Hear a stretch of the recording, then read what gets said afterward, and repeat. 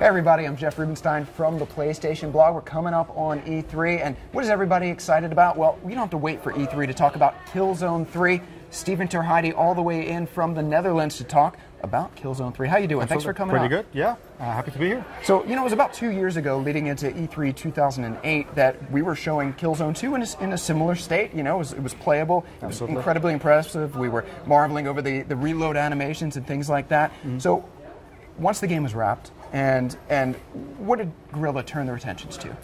Well, we still had the DLC, the downloadable content, to obviously keep the fans occupied, and that's what kept a lot of the team occupied as well. But at the same time, we went straight into Killzone 3.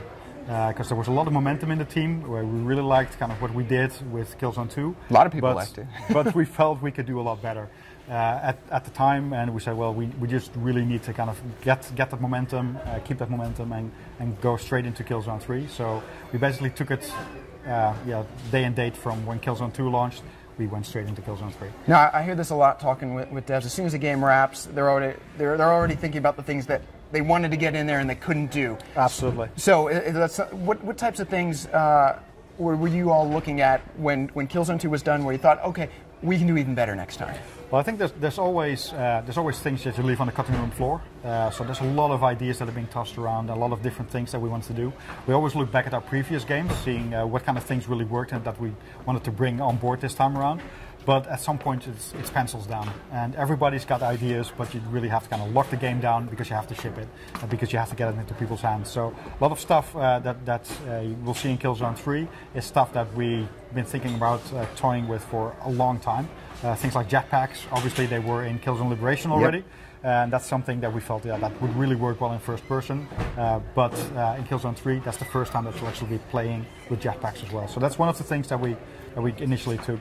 Obviously, there's a lot of improvements and other things that we want to do as well. When the game is out there, you get a lot of feedback, you get a lot of suggestions from our fans on things that we need to improve. So all those kind of things we take on board as well, and that feeds into what we do for Killzone 3. I know you got a lot of feedback on controls. I know you released a patch in Killzone 2 later on after the game was out. Yep. So talk about controls. I know a lot of people have a lot of opinions about the Killzone controls. Yeah, there's a lot of opinions around that subject. Obviously, it's something to do with accessibility, being able to kind of go from one game to the next game, that the controls are familiar, that you know what to expect. Killzone 2 has a slightly different way of approaching the controls in terms of the weight. We really wanted to have that feeling that you're carrying a loaded weapon and it's heavy, and we do want you to kind of get that sensation. But at the same time, the lag, kind of the responsiveness of your controls, we felt we could improve that, and we needed to improve that. So we remedied most of that in the patch, but we're taking it a lot further for Killzone 3. So it's one of the things, one of the key areas that we really want to improve on what we did for Killzone 2. One of the unique control aspects I really think worked in Killzone 2 that we hadn't seen ever before was a first-person cover system. Is that coming back in Killzone 3? Any changes to that? Absolutely. The cover system is something that we felt worked quite well.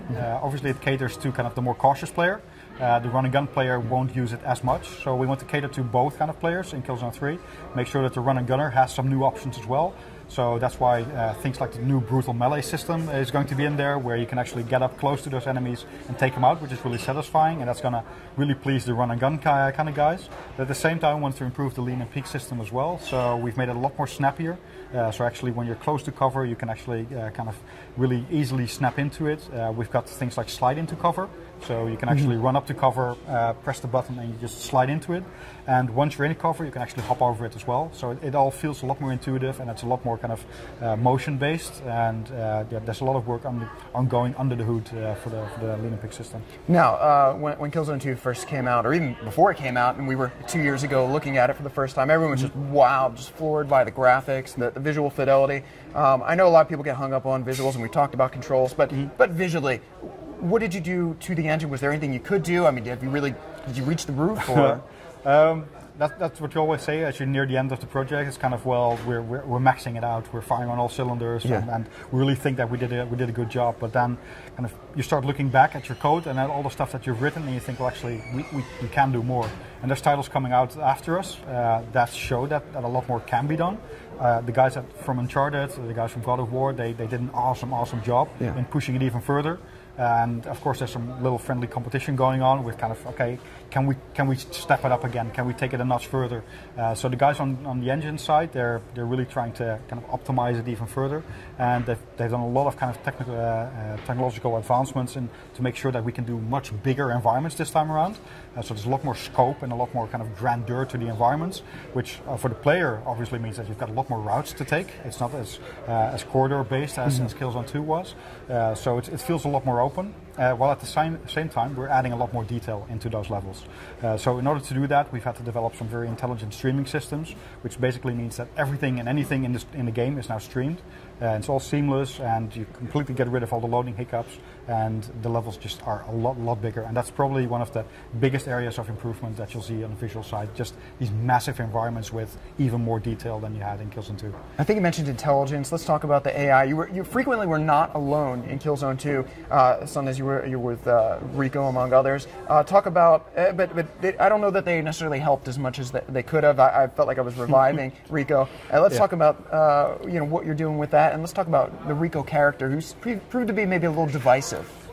Rico is quite the character. There's a lot of emotion circling around the character. It's on the one hand, it's great to have people respond to a character in such a strong and emotional way. At the same time, it shouldn't be out of frustration.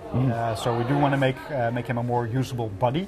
So there's things in there in Killzone 3 where Rico can actually revive you. So there's a buddy revive system in there. You're downed, if he's in the neighborhood, he can actually revive you, as you could do with him.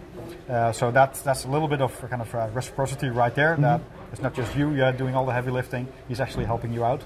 So that's one thing that we're doing. Obviously, we're ironing out a lot of his behavior issues where he's in your line of fire, where he's swearing all of the time. All the swearing will be gone, those kind of things. The colorful language is gone. So we make sure that he's a lot more useful this time around. And in terms of AI, because you've got larger environments, more open environments, there's a lot more options for those guys. So for both the enemy AI as well as your friendly AI, there's whole new approaches, and no encounter will ever play the same. That's already something that you saw in Killzone 2. You could play the same thing over and over again, and it wouldn't feel scripted. It would always feel fresh, and they would do different kind of behavior, sneak up on you if you weren't looking, those kind of things. You'll see that a lot more in Killzone 3, simply because the environments are bigger. So they have more space to play with, and we even take it up into the air with the jetpacks that we've got. We've got jetpack enemies in there, which adds a whole new dimension to the whole gameplay. Some nice death animations with those jetpacks as well.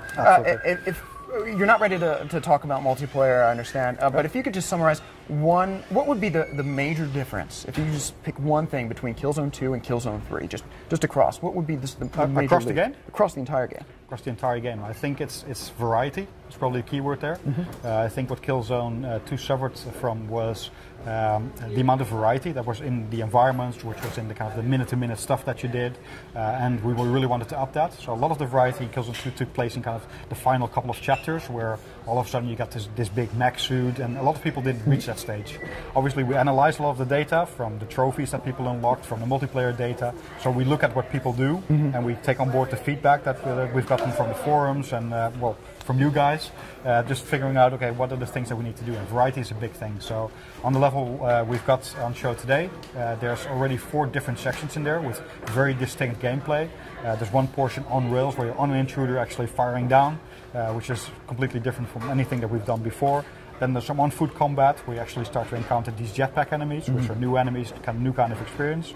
Then you get a jetpack yourself, which is aerial combat, which is, again, a game changer. It just completely changes whatever you do. And then finally you get this big weapon of mass destruction, which is the Wasp rocket launcher.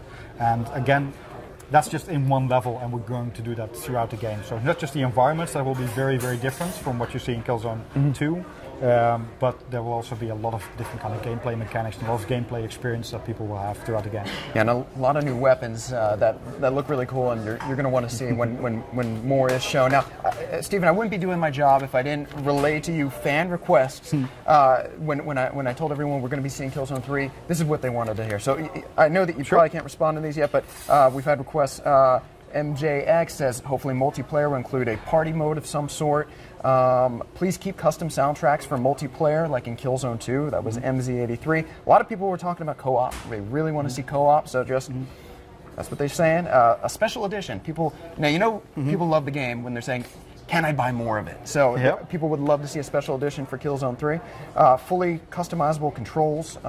That was a big request. I know people like to, you're playing a lot of different shooters and they want to keep the same type of controls throughout the games. And and last one, people were asking us probably some snipers, people who did make it to the end of the multiplayer, to the top of the rank there. They would like to see a prone position. So I know you really can't address any of these right now, but I thought it was important. I can give that to you if you want. Yeah, absolutely. But people they're really passionate about Killzone, and I'm really passionate about Killzone, and really excited for what I've seen today, and I think you all will be too. So.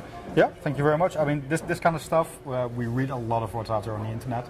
Obviously, we can't trust anything and everything, but we do read a lot of those things, and we really stay in touch with the fan base. So this stuff is greatly appreciated because we take it all on board.